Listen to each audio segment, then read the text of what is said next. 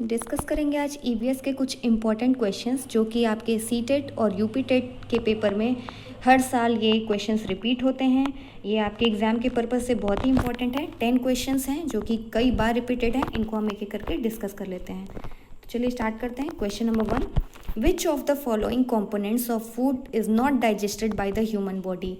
Question मैंने English में लिखा हुआ है लेकिन मैं इसको हिंदी में भी एक्सप्लेन करते चलूँगी कि कौन सा ऐसा फूड कंपोनेंट है यानी कि घटक है फूड का जो कि ह्यूमन बॉडी यानी कि मानव शरीर के द्वारा डाइजेस्ट नहीं होता है।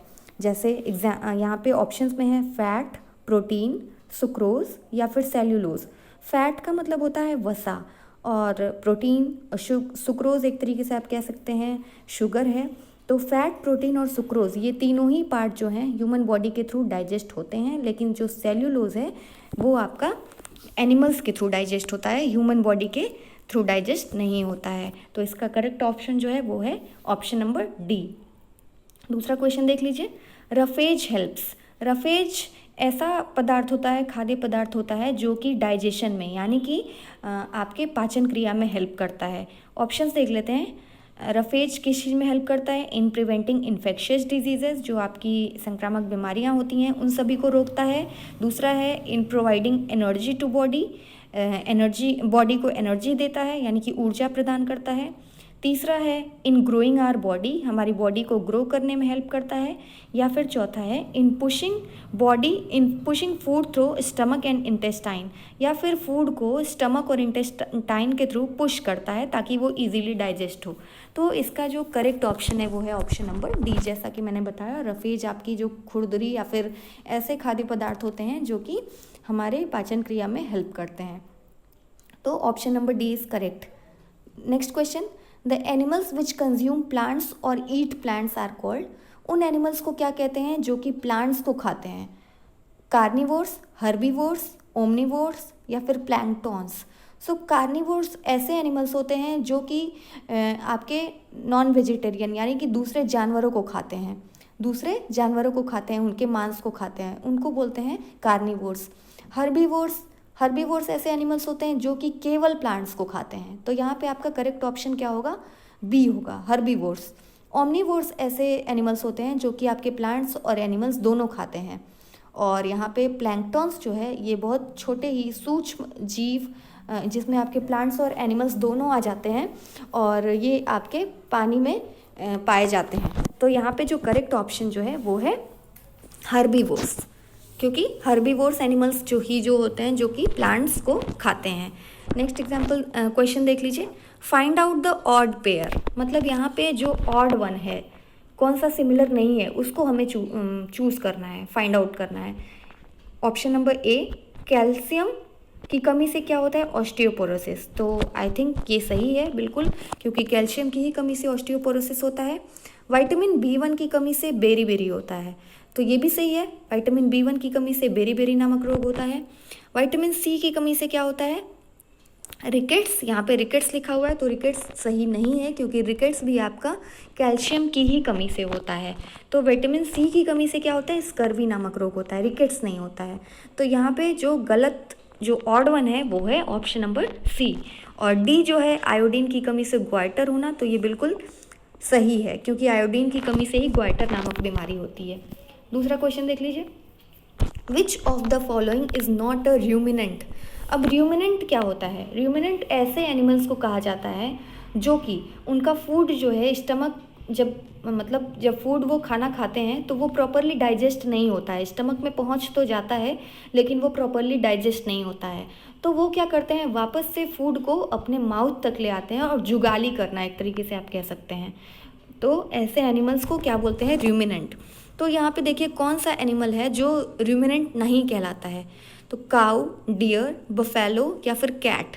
तो काऊ यानी कि गाय, डियर यानी कि हिरण, बफेलो भैंस और कैट मीन्स बिल्ली। तो यहाँ पे जो कैट है वही र्यूमिनेंट नहीं है, बाकी आपके काऊ, डियर एंड बफेलो तीनों ही र्यूमिनेंट्स हैं। नेक्स्ट क्वेश्चन देख लेते हैं, the environmental pollution is caused by. Environmental pollution यानी कि जो आपका एनवायरनमेंट में, हमारे पर्यावरण में, वातावरण में जो प्रदूषण हो रहा है उसका रीज़न क्या है, उसका कारण क्या है? ऑप्शन देख लेते हैं। रैपिड इंक्रीज इन पॉपुलेशन, जो बहुत तेज़ी से जनसंख्या बढ़ रही है उसके वजह से। रैपिड अर्बनाइजेशन, यानी कि जो बहुत तेज़ी से शहरीकरण हो रहा है वो वजह है। तीसरा है रैपिड इंडस्ट्रियलाइजेशन, यानी कि बहुत तेज़ी से जो औद्योगिकरण हो रहा है, यानी कि जो बहुत इंडस्ट्रीज़ वगैरह फैक्ट्रीज़ वगैरह जो हैं, या फिर ऑल ऑफ दीज। तो इसका करेक्ट ऑप्शन आप समझ पा रहे होंगे कि ये तीनों ही ऑप्शन करेक्ट है। जनसंख्या बढ़ना तो सबसे मेन कारण है, अर्बनाइजेशन शहरीकरण हो रहा है तो पेड़ वगैरह काटे जा रहे हैं जिसकी वजह से भी एनवायरनमेंट पॉल्यूशन हो रहा है, पोल्यूट हो रहा है। और ये जो औद्योगिकरण है वो भी, क्योंकि विभिन्न प्रकार की हानिकारक गैसेस जो होती हैं आपकी इंडस्ट्री से निकलती हैं। तो तीनों ही ऑप्शन करेक्ट है। नेक्स्ट देख लीजिए। Astronomy deals with the study of, astronomy यानी कि खगोल विद्या कह सकते हैं, जो आपके ग्रहों वगैरह के बारे में जो अध्ययन करते हैं। तो इसकी स्टडी में क्या आता है? मेंटल डिसऑर्डर्स, जो दिमाग से रिलेटेड जो बीमारियां हैं उनकी स्टडी को एस्ट्रोनॉमी कहते हैं। हेवनली बॉडीज़ यानी कि खगोल शास्त्र, जैसे आपके प्लैनेट, स्टार, इन सबों की विद्या होती है।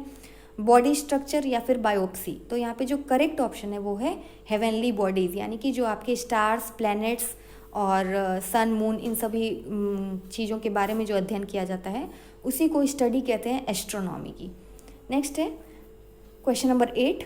The first important step in teaching is, पहला स्टेप जो है शिक्षण में वो कौन सा है? ऑप्शन देख लीजिए। प्लानिंग बिफोर हैंड, सबसे पहले टीचर अपनी प्लानिंग कर ले।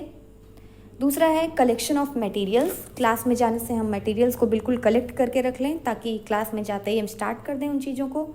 To know the history of schools, schools की हिस्ट्री के बारे में, यानी कि उसके इतिहास के बारे में पता होना चाहिए। या फिर to know the background of students, तो यहाँ पे जो करेक्ट ऑप्शन है वो है to know the background of students, क्योंकि स्टूडेंट्स के जब तक हम बैकग्राउंड को नहीं जानेंगे तब तक हमें पता नहीं चलेगा कि स्टूडेंट्स का बैकग्राउंड क्या है और वो किस लेवल के हैं। तो सबसे पहले तो हमें उनका लेवल पहचानना होगा कि वो किस लेवल के हैं, उसी के अकॉर्डिंग हम अपनी प्लानिंग कर सकते हैं।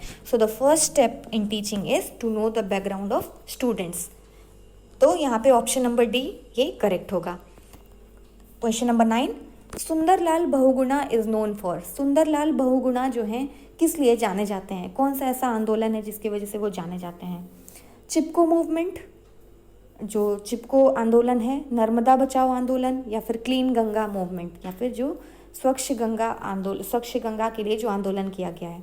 तो सुंदरलाल बहुगुणा जो है वो किसके लिए जाने जाते हैं? चिपको, यानी कि चिपको आंदोलन के लिए जाने जाते हैं। तो option number A is correct. Next देख लीजिए। World water day is celebrated on, विश्व जल दिवस कब मनाया जाता है? 28 मार्च, 25 मार्च, 22 मार्च या फिर 20 मार्च? तो वर्ल्ड वाटर डे यानी कि विश्व जल दिवस जो है, जो जल बचाने के लिए जो कई सारे प्रयास किए गए हैं, तो वर्ल्ड वाटर डे कब सेलिब्रेट किया जाता है? ये सेलिब्रेट किया जाता है लोगों को, ताकि अवेयरनेस, लोगों में जागरूकता पैदा करने के लिए ये सेलिब्रेट किया जाता है 22 मार्च को। तो आई होप ये क्वेश्चंस आपने प्रैक्टिस कर लिए होंगे और वीडियो को ज़रूर एक बार देखिएगा, क्योंकि ये क्वेश्चंस कई बार रिपीट हुए हैं। नेक्स्ट वीडियो में भी मैं आप लोगों को कुछ क्वेश्चंस की प्रैक्टिस कराऊंगी। वीडियो अगर पसंद आया हो तो प्लीज़ चैनल को लाइक और मेरे उसको जो वीडियोज़ हैं उसको शेयर करिए। चैनल को सब्सक्राइब भी ज़रूर करिए। जो मेरे चैनल का नाम है वो है universal Juhi. Thank you so much.